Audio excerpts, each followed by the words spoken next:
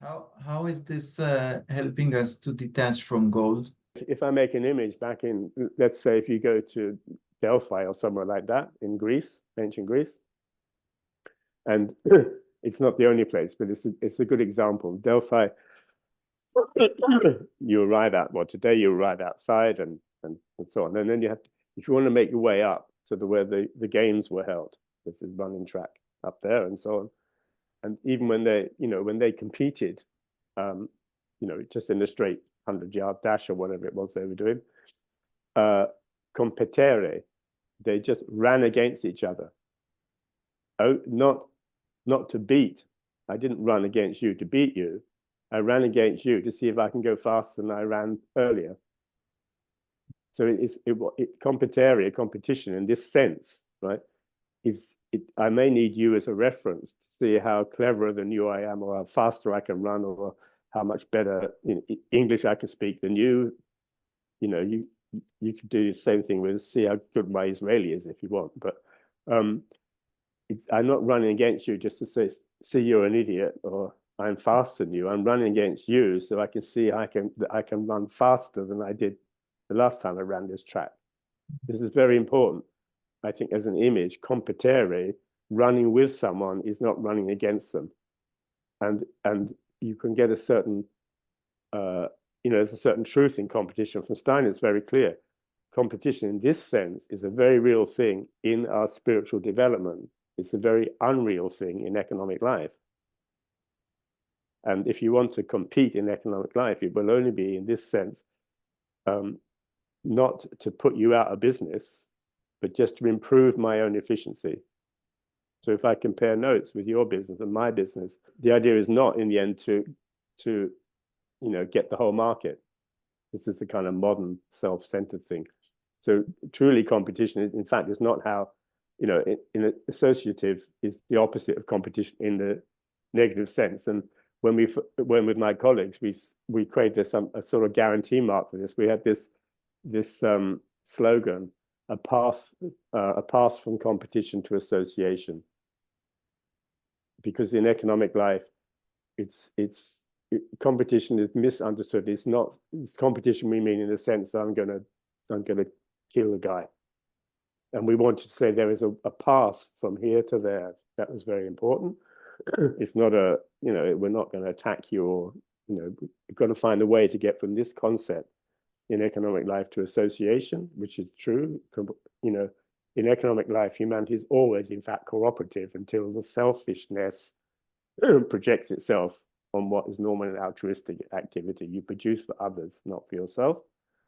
So he would say, Steiner would say that competition, that competing is not really the motto for economic life, but it is the motto for your own development. You have to constantly compete against who you were yesterday. So these are important. And when you went up, it's a kind of zigzag to get up to this place in Delphi at the top, but you went past all the treasuries. These are little mini temples, square shaped sort of temples. And the point was that in those days, those ancient places were right alongside the markets, and they went alongside. So if, let's say, you had a big harvest festival, you'd have the huge trade, and what you're really just dealing with is the trade was primarily harvest in agrarian economies, and you were kind of sensing what is the state of the real economy, what have we got left over. And if you had, let's say, an imbalance, you would be, so to speak, lent gold from the temple. It's like getting an overdraft. You say to the bank, look, at the end of the week, I will get my wages, right? Until then, I'll just run out of money. So can I have them now, and I'll pay you back on Friday? And if you don't pay them back on Friday, if you make a mistake with the bank, because he said you asked for an overdraft, not for a loan. So if you go solid on your overdraft, you've just unilaterally taken a loan from the bank. And the bank will treat you very aggressively because you just changed the deal without discussion. And it was the same thing. If the priests in their temples lent you gold just to balance out your economy, to get you through the lean time or the drought year or whatever it might be, you didn't then forget to send the gold back. That return, you could say on pain of death. because its role was not for you to acquire it and start trading with it. It was just so you bought your time and then you returned it. So the actual trading conditions of your economy are now reestablished or adjusted, so you don't need it. Just like an overdraft or many businesses, they just need bridging or some liquidity to get through a problem, and then they can return the liquidity. It's not rocket science to understand this. So in this sense, in that image anyway, you can get a sense of that physical gold has this, it's interim, just like the closing entries. So at the end of the year, give me 10 minutes, I've got to figure this all out. And then, okay, now I tell you, these are correct accounts. I've seen the mistakes, I've checked every value in here is a true statement. I've checked it against reality, there's nothing hidden. I've double checked the numbers, all these things. So yes, Mr. Tax Person, this is my accounts, and now you can tax me. Nothing is hidden in here. And it's the same kind of moment. So in the long story, leaving aside, it's difficult to have a lust for closing entries. This I get. It is difficult not to have a lust for gold when you get it. You get it from the priest because you've got a problem with your harvest, and then you think, this is an easier way of living. You don't have to till the fields anymore. I can just use this gold I've got from him. I just pretend he said I could have it. But he was the priest. So what he was doing with his gold was not his anyway. And so in that sense, gold is this, it's a bit of an archaic image, but it's this sun metal, which represent a consciousness of everything, which you don't have.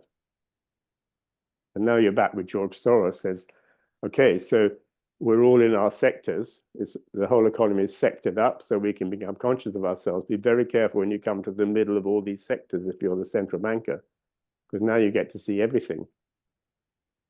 And what happens, his point is, what happens to our consciousness when you can see everything? There's a reason for not for preventing monopolies, for not having 100% market share, because at that point you will not be able to think with your normal consciousness. You have no, how am I going to think? I mean, there's a single world economy. There's no one outside to talk to.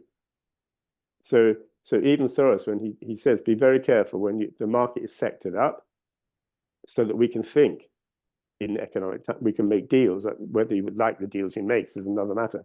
But so we know what we're doing, we can see something. But right in the middle of this sectored up economy, whether it's it could be the financial sector or the hospital sector, doesn't matter. In the middle of any sector, all interest rates, for example, will converge, not by cartel behavior, but it's inevitable in the middle. They're all going to come to a same point, or you can make an image there. It's like a mountain, and all paths are going to converge. And at this point, you can see everything. and this is really what gold represented. The priests could see everything. The peasants in the field could only see in front of their eyes, so to speak, in front of their noses or whatever.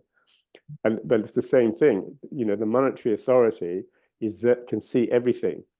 And that's the same thing as saying, okay, you in your in this long history of mankind, if I draw with my hands, the drawing you can't see anymore, we come to this nadir point where we get caught on our selflessness. We just need to have a higher image of ourselves and look down on ourselves from above, and we're doing what the priest did.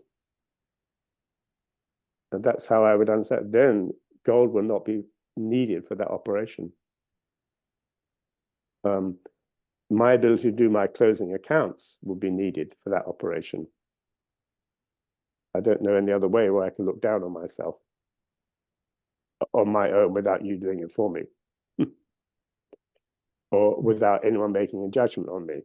When gold was doing it, it was a facsimile for the consciousness of the priest.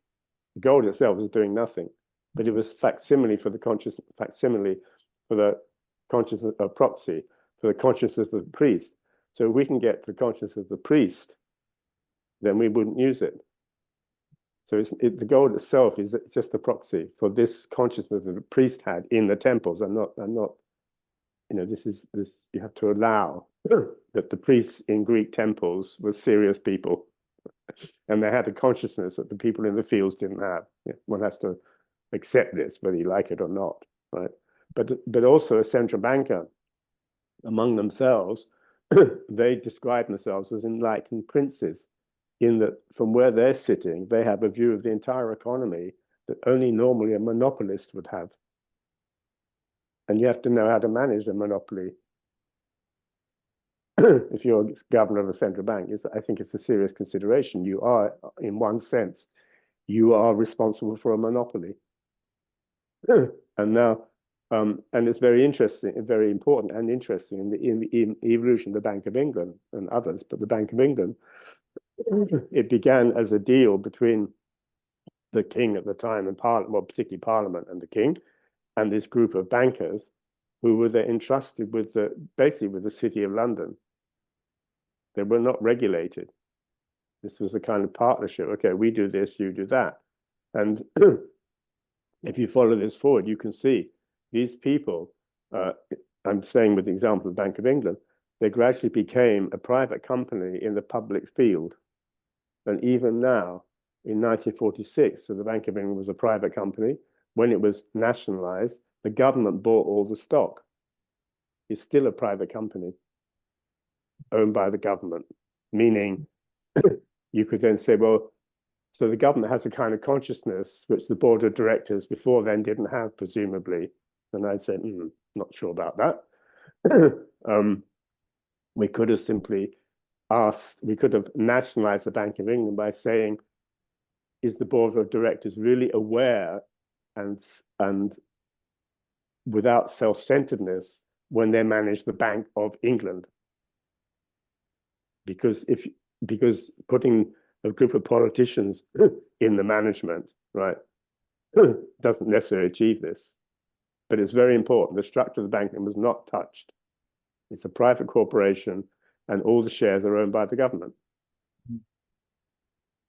So, and in Churchill's, and in also my own PhD and work things I've been doing, I've been trying to imagine that, let's imagine the Bank of England became this economic parliament that Churchill imagined. Let's say that it has a special relationship.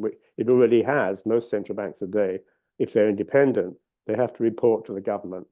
They're left free to set interest rates and so on, but they have to report against a certain inflation rate expectation, something like this. But otherwise, they're independent, autonomous, sort of. They're not totally autonomous, except in Mexico. And so there's already an understanding in modern finance that the central bank somehow has the whole economy in its consciousness. And we can trust. So when the governor of the Bank of England goes to meet the Chancellor of the Exchequer in England, there is a kind of meeting of the political parliament and the economic parliament through their representatives. That's really what's happening. And it's not difficult to see this. And so what matters is whether this consciousness is full of self-centeredness or other-centeredness. Yeah. So in fact, in central bank independence, the technical language is, when a bank is free to set the interest rate, this is operational independence. It is never free, except in, say, Mexico, to set the exchange rate, the inflation rate. That would be full independence.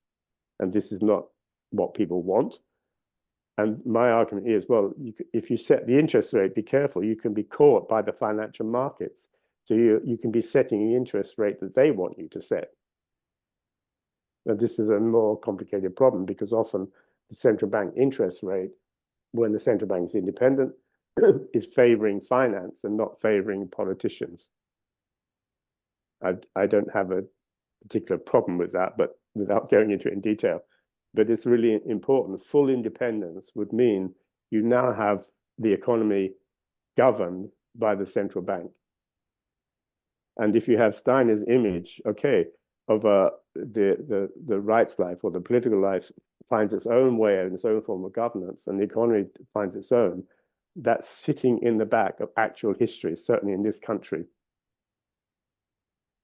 And if it's not working, the reason would be that the whole conduct of the central bank, in this case, so-called central bank, is either caught between befriending the financial markets or being controlled politically. If it wants to be truly independent, it will lose its political control, and it will not be in the laps of the financial markets. It will also be independent of the financial markets, what I call double independence. And I'll just finish on a little anecdote there. When I did my PhD about this, my supervisor said, "Oh, not sure about that, because it's quite a jump to make your bank independent of governments, but also independent of financial markets, especially if you're in the City of London." So he said, "Not sure about that." So I said, "Okay, let's call it heightened central bank independence." And he said, "I'm absolutely not sure about that, right? You can't." I remember him saying, "You can't expect me to accept a term like heightened." It's such an interesting comment. I loved it, because it's kind of, that smells of, some religious something in here, so I'm not going with that one. So I came back to him, and then I renamed the whole thing. I said, "Okay, how about auditorial central banking? The bank that listens and cannot speak." So that became the name of my thesis. The bank that listens and doesn't speak, because I said it cannot listen unless both ears are open, the one to the government, the one to the financial markets. Both of those are going to be whispering in its ear, but it will have its own opinion. So that's, and then I played with the whole thing. So why is, if you have your accounts checked in France, they're done by a reviseur, someone who reviews, looks again at your numbers. In England, we say you bring in the auditor. And I thought, what? So when he's looking at my accounts, he's listening to them. Why is he called an auditor? Okay, but I get it. Because kind of when he's looking at my accounts, he's listening. It's like when the tax person inquires into you, he just asks you a question, then you have to be aware he's listening for something. He's listening for whether you're lying or not. See what I mean? So I talk about this because that's really what my doctor was about. It's what and then he said, "Okay, this we can go with," right? Because it doesn't have this heightened story in it, but it is above the fray. That was his language, not mine, right? What are we doing up there? We're just kind of listening to we're trying to read the runes, and technically central banks have no instruments any longer. They can't do anything. They can't actually set interest rates. They can suggest an interest rate to the market. They can't control your exchange rate. They can't do anything that they used to do directly. They can only make suggestions from their wider image of the economy than you have. But anyone can get there. It's just that, Soros says, when you get there, the market is just collapsed. You have no way of reading with your normal consciousness, which is why he says, we're in a world of reflexivity. And then he says, where causes has effect, effects have cause, it just goes on forever. You're a bird forever on the wing.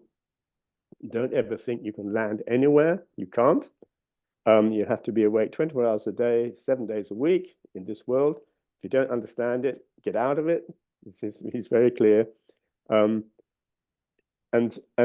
it's so amazing in his word. I love it. Soros, doesn't matter which way you write it. It's the same word. All this, I'm playing around a little bit, but it's kind of the story of where he's at.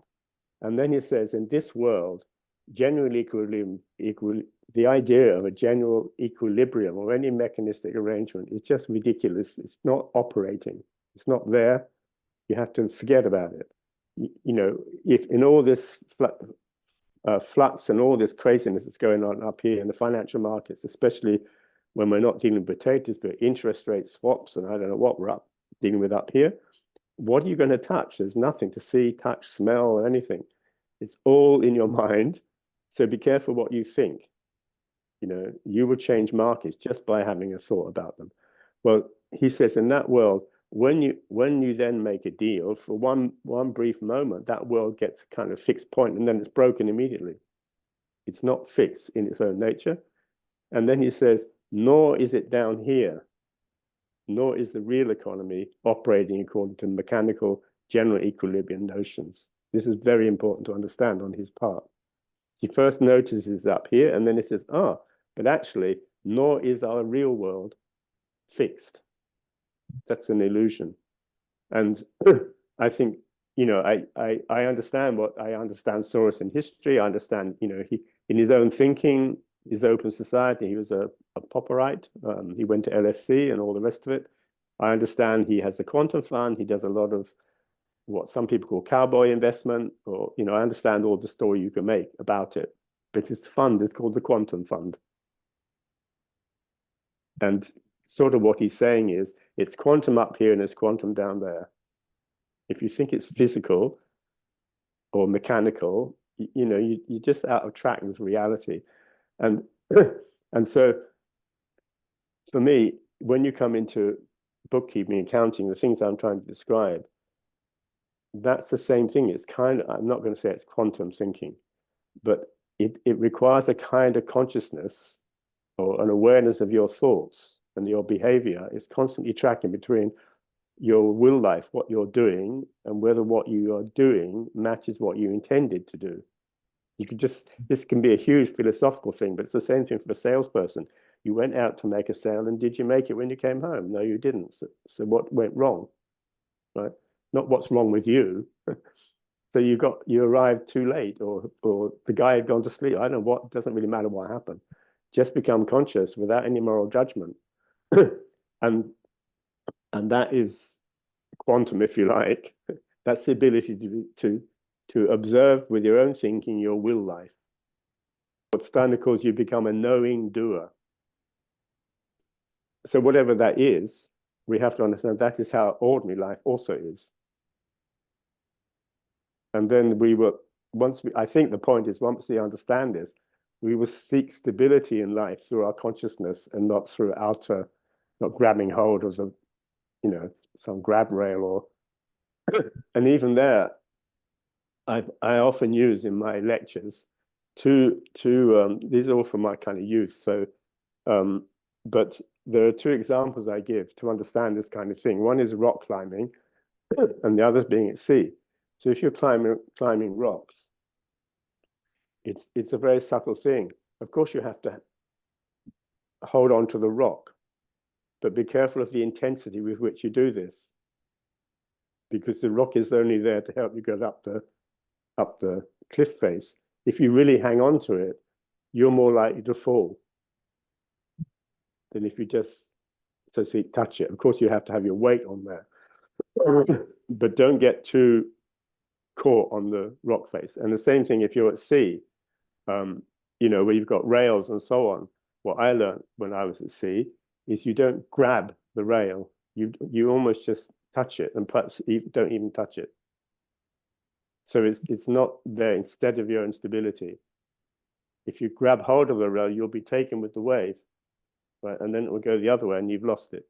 So and I would say similarly, it's a similar story. When we come into kind of down this long history that I drew earlier, we come down into kind of material existence, you could say, or earthly existence, or however you want to describe that. And there we have to be careful to become in but not of the earth. We have to be careful that we don't that we realize there's a world of matter, there's a world of things and so on, but we don't touch it. We don't take on that nature. And then something like this, you really have to be, otherwise you get caught in its logic, and it's not really the true logic of the world. And so it may be a sort of a bit biblical to say it's in the world but not of it, but I think it has a certain truth. And similarly, you will find in finance, it's in the world but not of it. It doesn't obey any earthly logic. It obeys the logic of my consciousness and my, in fact, I would say if you really get into finance, other than for tax avoidance purposes, if you're an accountant and you're not going to be in the business of teaching people how to avoid tax, what are you going to teach them? In fact, you're going to teach them double entry bookkeeping. And I'll give you the one example I always give for double entry bookkeeping.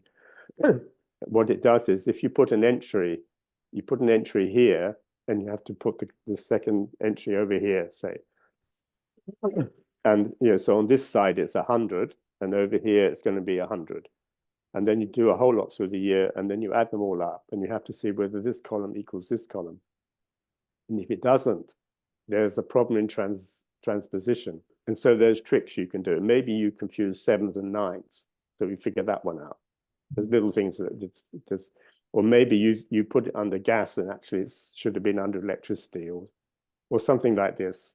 The trial balance will show you that it doesn't balance, and therefore you can go find why it doesn't balance. And these will just show you your lack of skill, meaning you made a mistake, you're dyslexic or whatever it might be, right?